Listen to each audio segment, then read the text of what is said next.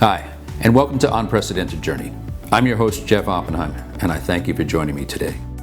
Well, if you tuned into the last episode, you know that my crew and I have decided to dedicate this next group of broadcasts to 9/11.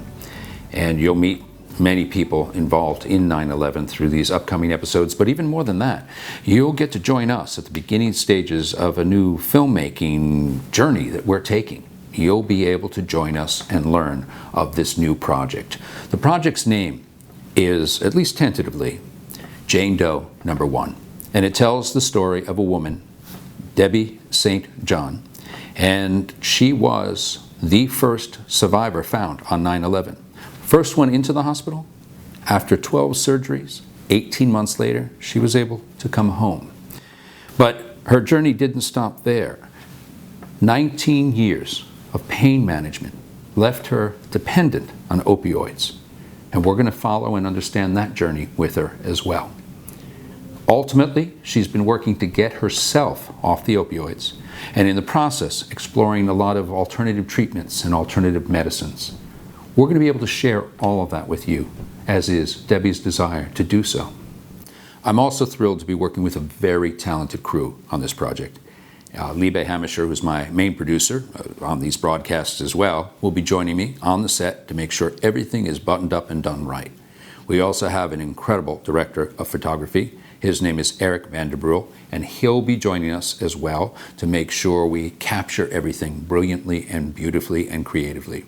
We're also going to capture it in a secondary way, behind the scenes. And joining me for that is Roy Anthony Morrison.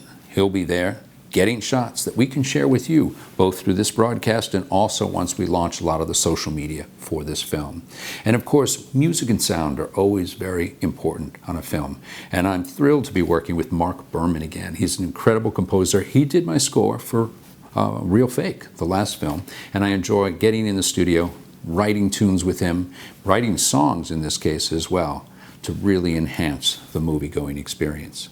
There are going to be other folks that join us on a day in, day out basis, and you're going to meet a lot of people, including, of course, Debbie. In fact, in the next episode, I'm going to share with you a lot of friends, family members, and people who rescued Debbie that day, but are still in her life today, talking about Debbie. And they're all going to tell you, there's something about Debbie we're experiencing as the crew, and you're going to experience it here too. That episode is going to roll right after this one, so you'll get to meet Debbie and these folks and get to learn a little bit more about the project that way. In future episodes that I hope you'll stay put for are going to be interviews with the EMTs, the guys that were actually on the site that day and not only saved Debbie when they dropped her off, they went back into battle and rescued even more people, putting their own lives at risk. We're going to meet the doctor, one of a team of 4, but Debbie credits him with saving her legs. Quite impressive man. And of course, one of my favorite interviews, Debbie's night nurse.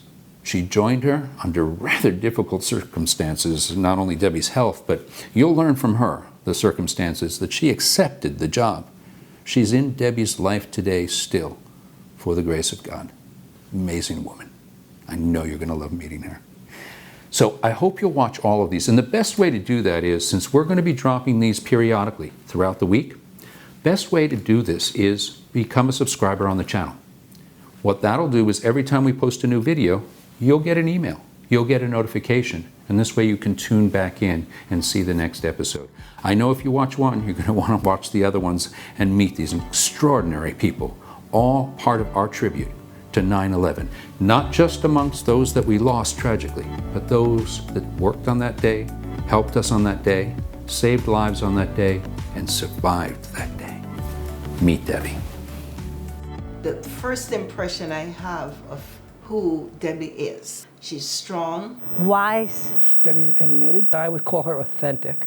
tough, friendly, but not extroverted in the way that she would give probably everybody all the attention. My first impression with her was that big smile.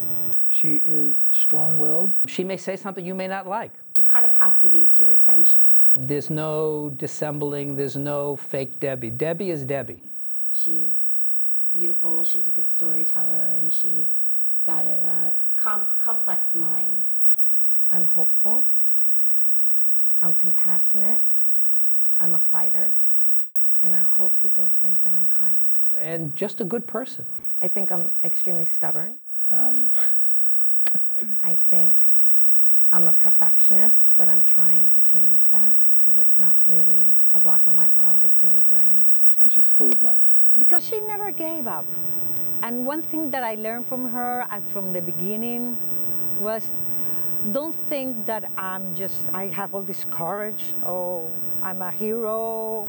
She just said, I just want to live. I try very hard. That's also, I try really, really hard all the time, even if it's not noticeable. She's always saying, I'm here. I'm not going to give up. I just want to be here and have this and embrace life. And that she keeps on doing it every single day. I could tell you more. And she has a sense of humor, Even through all of this. even through all of this. Until the next time, I'm Jeff Oppenheim. Stay safe, stay well.